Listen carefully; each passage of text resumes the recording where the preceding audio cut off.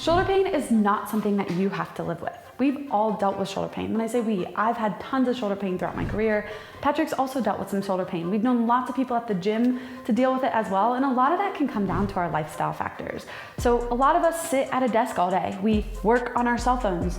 We are constantly looking at a screen, and that pulls our shoulders forward, which is gonna internally rotate us, which is not gonna put our shoulder in the best position if we're going overhead during our workouts. The good news is you don't have to live with shoulder pain. You can fix this through a series of exercises that can help bulletproof your shoulders so you feel great during your workouts. I'm about to give you 8 to 10 exercises, and I'm gonna preface this with, they aren't sexy, they aren't fun, they can be a little bit of boring, but they do work, and they are gonna help your shoulders. As always though, I always recommend make sure if you have been dealing with shoulder pain for a while, definitely see a third party, get checked out, try to get to the root cause of what is going on, as well as implementing these exercises. The first exercise is going to be dynamic range of motion, just body weight. And we're gonna focus on getting the shoulders to sit back to the ground and opening up the chest. So what we're gonna do is we're gonna come towards the ground. We're gonna lie on one side.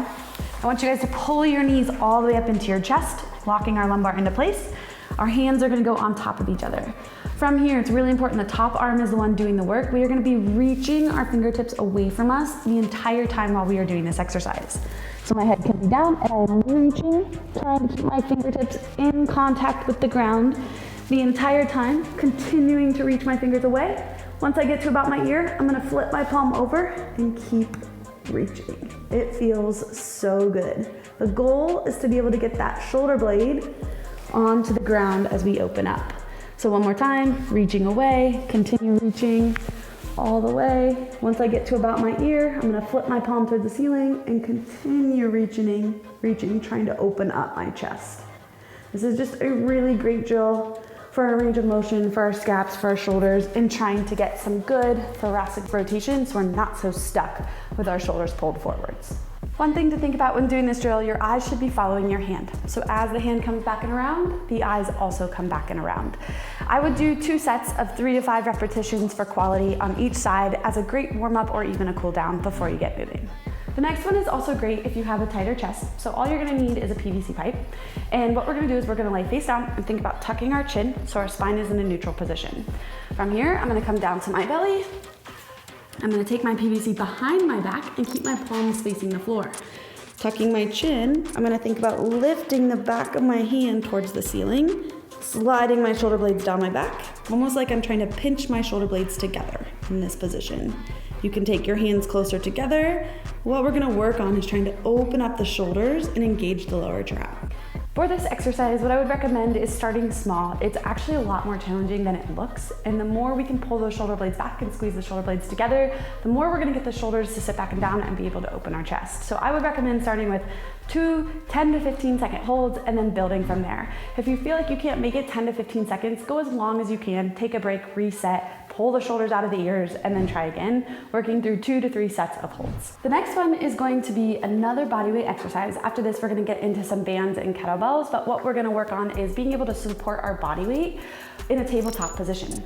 I could not believe how hard this was when I first started working on this, and now I can hold for upwards of 60 seconds at a time. So what you're gonna do is you're gonna come into a tabletop. Ideally, our fingers are pointing towards the opposite wall. That's gonna be also really intense on your wrists. So if you can't get those fingers all the way around, you could go about 45 degrees, but the goal is gonna be to work to get those fingers all the way around. So starting in this tabletop position, what I'm gonna think again is pulling my shoulder blades back together, keeping my neck long. I don't wanna arch too much, but I wanna pull the shoulder blades back, and then I'm gonna lift my hips and try to get my body into a really good tabletop position. The entire time I'm doing this, I'm squeezing my glutes and pulling my shoulder blades together, feeling a great stretch through the front of my chest. That is gonna be the more advanced version. So what we can start with is lifting less of our body weight. So again, starting with those fingers wherever it's comfortable, it is gonna put some pressure on the elbows and the wrists. So if we need to, move those fingers. And to start, what we can do is just not lift our hips quite as high. So I'm just starting with very little off of the ground, trying to open my chest as much as I can, holding for as long as I can. Then I can come back down and take a break. As I get stronger, as I get more comfortable, and as things continue to open up, I can start to lift my hips just a little bit higher, and then eventually working on getting fully extended. For our next exercise, all you're gonna need is a monster band, and I'm gonna encourage you to use a light monster band. So mine is blue, but this is a very old one, so it's very stretchy. So it's just gonna add a little bit of resistance. So the lighter, the better to start. As you get more comfortable and get stronger, you can obviously move to a heavier band. So what we're gonna do is we're gonna go down into a plank position, and we're gonna do what I like to call clock reaches. So taking this monster band around my wrist, I'm gonna come into my plank position, and I'm gonna start by protracting. That means I'm spreading my shoulder blades apart, pushing through the floor. So I don't wanna squeeze, I wanna spread. So coming into my tall plank position, I'm pushing away, and I have to engage my midline as I'm gonna reach forwards to my 12.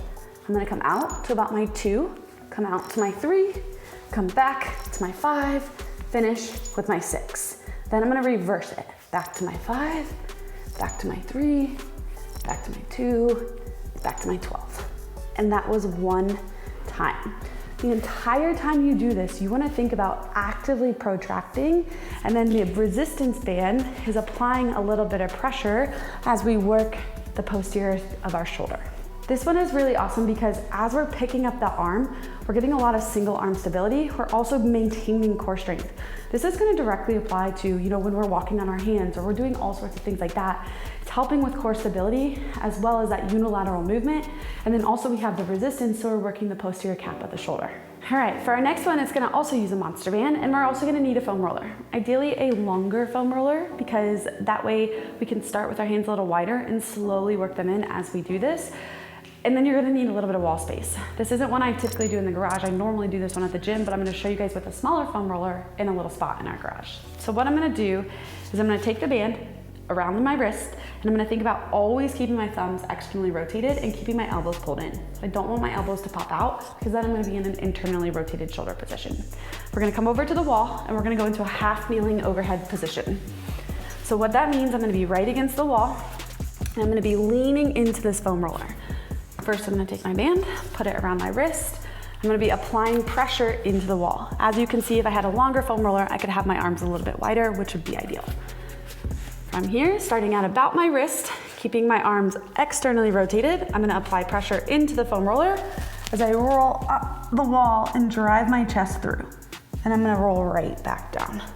Keeping my midline intact, my elbows trying to stay under my wrists, trying to drive my head through at the top, feeling a great stretch through those lats, and then working my way back down. For this one, it's really important to think about keeping your midline tight and keeping that external rotation. That's what we're working on here. And you're gonna notice you feel the stretch all down through your lats. Our lats are actually internal rotators. So along with the pec, you're gonna pull that shoulder forward.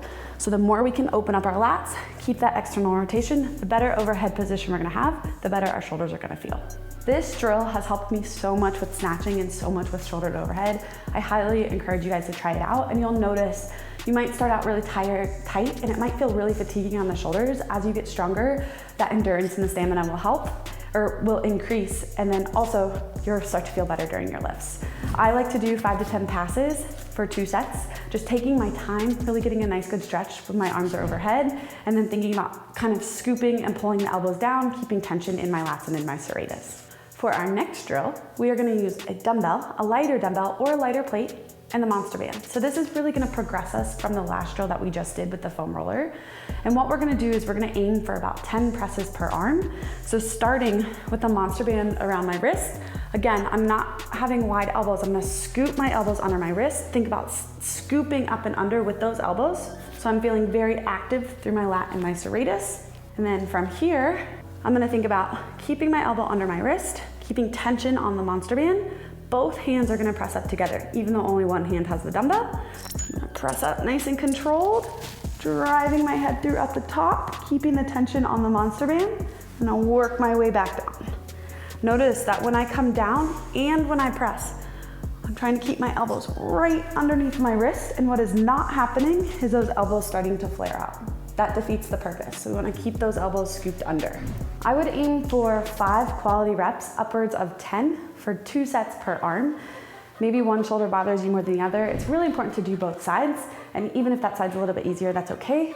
It's a really great drill, and I think you'll be amazed at the burn. So make sure you start lighter with your dumbbell and really keep those elbows underneath of the wrist. All right, so for our next exercise, we're gonna continue working on the external rotation, trying to keep our shoulders out of our ears to strengthen the back of our shoulder so that it can support our shoulder and not be pulled forward. So all we need is a longer band. We're gonna use a wall for this drill. I'm gonna come up to the wall and I'm gonna pin my elbows by my sides, and that you're gonna have your palms facing the ceiling. What I recommend doing is starting with a lighter band, and don't double it to start. So just start with whatever band that you can find. It could be a TheraBand. I would recommend red at the heaviest. From here, shoulders are gonna be pulled back and down, and I'm gonna lead with my thumbs, keeping my elbows pinned to my sides, trying to keep my back against the wall, and then I'm gonna come back to center.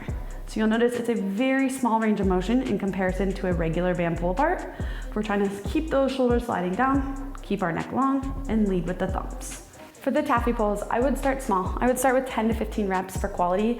You're gonna be amazed at the burn that you feel with that very small range of motion because we don't have the bigger muscle groups to help. We just wanna keep it isolated. So 10 to 15 reps for 2 to 3 sets. As you get stronger, pushing upwards of 20 to 25 reps at a time if you can. The biggest thing, we don't wanna see those shoulders and the ears. We wanna keep the shoulders pulled back and down and focus on opening up the chest and strengthening the back of the shoulder.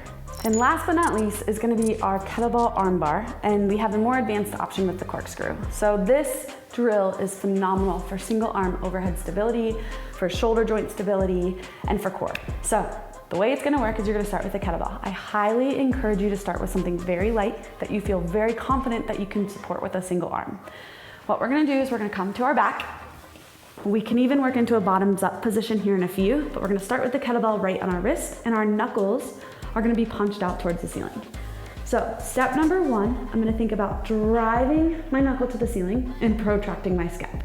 Then I'm gonna roll my knee up and over, and I'm gonna continue punching towards the ceiling, trying to keep my shoulder out of my ear, locking in my lat and my back. Then from here, I'm gonna come back and reset. So again, punching my knuckles to the ceiling. As I kick that foot up and over, I'm continuing to drive up and punch further, trying to sink my shoulder blade, slide it down my back towards my spine. You can hold here, or you can repeat for about 5 reps.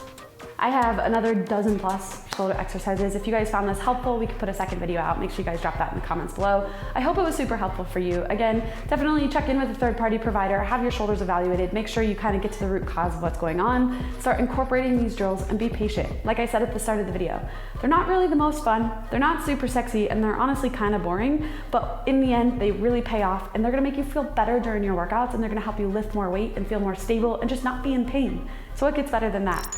I hope you guys enjoyed the video. Don't forget, smash the like button, comment below with anything else you want to see, and have a great day.